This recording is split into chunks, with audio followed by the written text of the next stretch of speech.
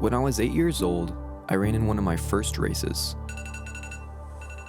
It was a race that didn't really matter. It was only a few kids, with only their parents watching. But to the competitive little me, it was everything. So, when that starting gun went off, I sprinted off of that line with everything that was in me. When I reached the finish, it was a close race, but I managed to take second. I happily went over to collect my ribbon, but when I got there, one of the other kids had stolen it, and I was left with nothing. It was one of my first encounters with one of the hardest truths to accept in life: the fact that life isn't fair. It's a phrase that's gone through all of our minds at one time or another, but I think especially recently, we've come face to face with this difficult truth.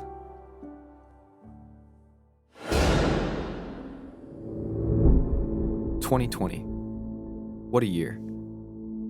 For many, it's been a year of pain, of hardship, of isolation. I went into this fall thinking it was going to be my worst semester yet. I had changed majors 5 times and couldn't find one that I enjoyed. There was a global pandemic going around, which completely altered the way I knew life worked. And on top of all that, I had been going through intense mental and emotional struggles, which caused me to feel lost and confused. Essentially, it almost felt like there was nothing to look forward to in life. It felt like my whole life had been building up to this one moment, but when I turned the page, the next one was empty.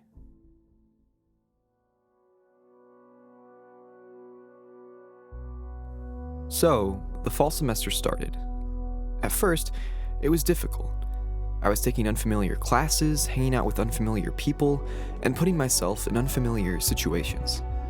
But in the midst of all the discomfort, I began to feel a peace that, even though what I was doing was hard, that it was right. Where I had previously felt confusion, I began to feel purpose. When I felt a lack of passion in my work, I stayed disciplined and did it anyway. And when I felt like giving up, I showed up. I gave my best in the present moment. And that's when things began to change. Slowly, the frustrating classes became a delightful challenge. The isolation of the social distancing caused me to grow as a person, and the strangers I was meeting were becoming friends. I learned that happiness is often a choice, and if we see our difficult circumstances through a positively minded lens, we can still find real joy. Life isn't about perfection. It's about pushing yourself a little harder each day. Life isn't about helping the entire world, but simply loving the people that are placed in front of you at the given moment. And life isn't about always receiving the first place ribbon, but enjoying the race that got you there. To look at 2020 and to simply say, to look at the bright side, could be seen as a stretch, but I think if we challenge our thinking to focus more on the blessings of life, the world around us can begin to blossom into something special. Because the thing is, when you go through pain, you become strong. When you go through anxiety, you learn to have joy. When relationships break, it can merely be a pathway for even stronger relationships to form. When it comes down to it, 2020 taught me 3 big lessons. First, I learned to say yes. Life isn't always about winning or even doing a good job, but simply showing up and being your flawed, messy self. Second, I learned to live in the present. You've only got one life, and each new moment is the biggest gift you've been given. When I'm old and gray, I'll look back on these years and wish I could give anything just to relive one more of these glory days. Life is precious, and it's time I started acting like it. And lastly, I learned that sometimes, if you push through just a few more moments of darkness, there's a brilliant sunrise waiting overhead. You know, when it comes down to it, there's only a few things in life that really matter.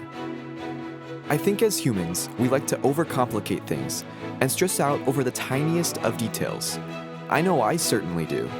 But as long as I can choose to wake up another day, love people, love life, and love the one who put me here, that's all I really need.